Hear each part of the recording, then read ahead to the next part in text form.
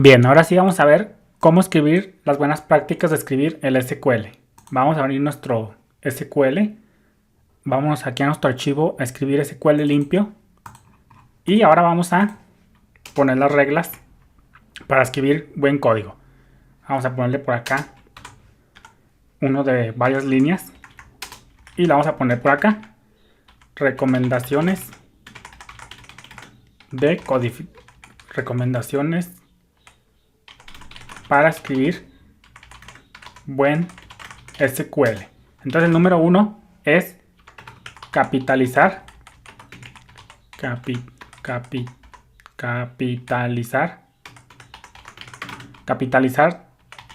todas las palabras clave, entre paréntesis keywords,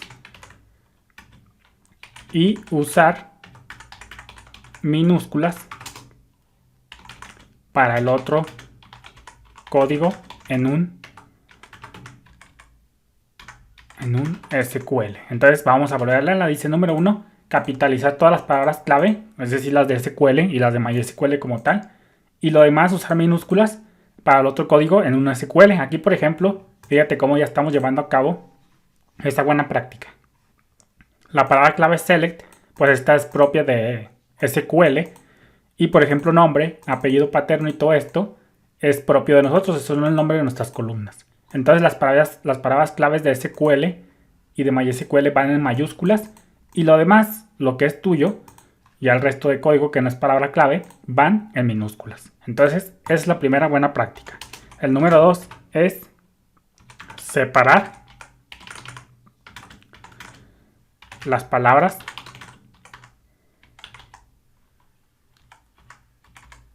con guión bajo. Ejemplo. Vamos a ponerle, por ejemplo, mi nombre es. Entonces, esta es la segunda buena práctica. Separar las palabras que están conformadas, las oraciones que están formadas por más de una palabra. Por ejemplo, con guión bajo. Por ejemplo, aquí es una palabra, es una frase de 3 palabras. Mi nombre es. Entonces, entre cada nueva palabra se separa con un guión bajo. Por ejemplo, en programación sería, pues, básicamente sería, por ejemplo, así. Mi nombre es. Esto sería lower camel case. Pero aquí en SQL es mejor usar guión bajo para separar palabras. No está permitido, obviamente, el espacio. Entonces, fíjate cómo, por ejemplo, aquí, created at, son 2 palabras, created, guión bajo, at. Entonces, las frases de más de una palabra se separan con guión bajo. Y aquí tenemos un ejemplo.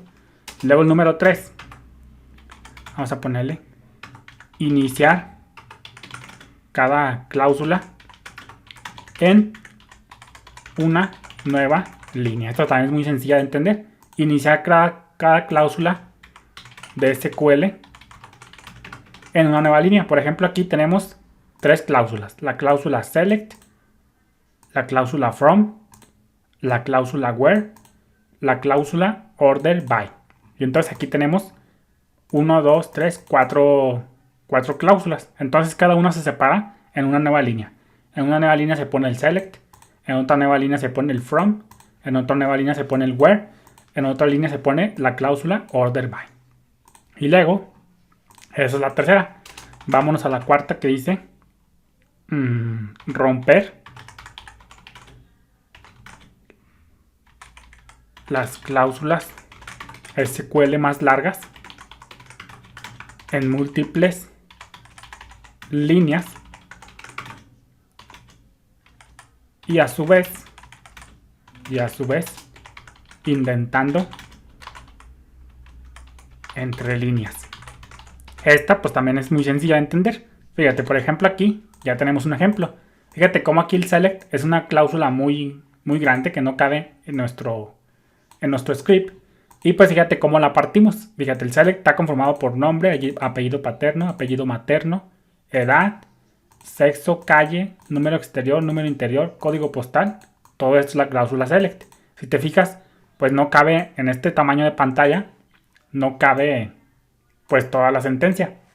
Entonces es mejor partirla. Entonces la sentencia select la dividimos en dos líneas y las líneas posteriores, cuando las estemos partiendo, se hace una indentación.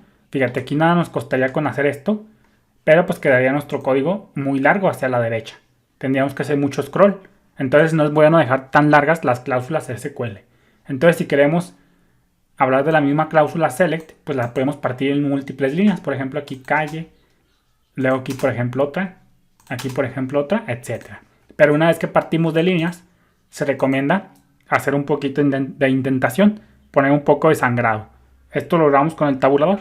Pum, ahí está un espacio, ponemos otro y ponemos otro. Aquí con esto es más legible, fíjate cómo la cláusula select se compone con todo esto. Y todas estas tres líneas que están acá abajo pertenecen o se ven claramente que pertenecen a la cláusula select, porque fíjate cómo están con un sangrado, con una sangría. Entonces, esto es lo que se trata el paso número 4. Y ya pues el 5 sería usar comentarios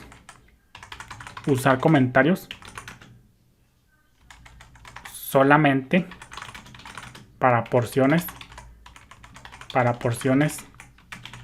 de código que son verdaderamente difíciles de entender. Entonces, pues, como te digo, está bien usar comentarios, no lo digo que no, pero pues también no hay que abusar de ellos. Simplemente hay que usar comentarios para de veras porciones de código SQL que sean difíciles de leer, de entender. Entonces, pues asegúrate que los comentarios, cuando los modificas, pues también modificas el código. Lo que te decía, si tú vas a comentar un SQL, pues primero si modificas el SQL, luego trata de actualizar inmediatamente los comentarios para que no sea inconsistente. Y entonces, como ya vimos, por otro lado, para codificar un bloque de comentarios, pues lo tipeamos con asterisco diagonal barra, diagonal asterisco, y lo terminamos con asterisco barra al final. Y luego para codificar un comentario de una sola línea, pues lo logramos con guión y espacio. Acuérdate que si ponemos el comentario por acá y le ponemos en este caso así pegado, pues fíjate cómo no se da como comentario. Tenemos que darle un espacio. Entonces, eso para que lo consideres. Y luego, como ya vimos, los saltos de línea, los espacios en blanco, el sangrado, la indentación, como tú le conozcas, y la capitalización de las palabras no tienen efecto en la operación de una sentencia SQL. Simplemente es como para eso, para formatear el código. Y los comentarios pueden ser usados para documentar lo que una sentencia hace o las partes específicas que el código hace. Y como ya sabemos, pues los comentarios al final de cuentas, cuando se procesen, pues van a ser ignorados por MySQL en este caso. Bien, cambiando un poquito de tema, pues como ya sabemos, las bases de datos funcionan, pues ahora sí que para aplicaciones de software, para el software en sí mismo. Por ejemplo, como yo te decía, MySQL es comúnmente usado para aplicaciones web. Entonces, pues si nosotros queremos desarrollar software que se conecta a base de datos, pues vamos a necesitar lo que se conoce como los drivers de MySQL. MySQL pues tiene muchos drivers para cualquier lenguaje de programación. Por ejemplo, hay drivers para PHP, para una aplicación de Java, para C# o para Visual Studio.net. Entonces, pues el primer paso para conectarnos a una base de datos mediante una aplicación de software es utilizar un driver. Como por ejemplo cuando tú compras un nuevo teclado o un nuevo mouse, pues cualquier aparato electrónico tiene un driver para que se comunique con el software de tu ordenador. Pero lo vamos a ver para el próximo video ya. Saludos.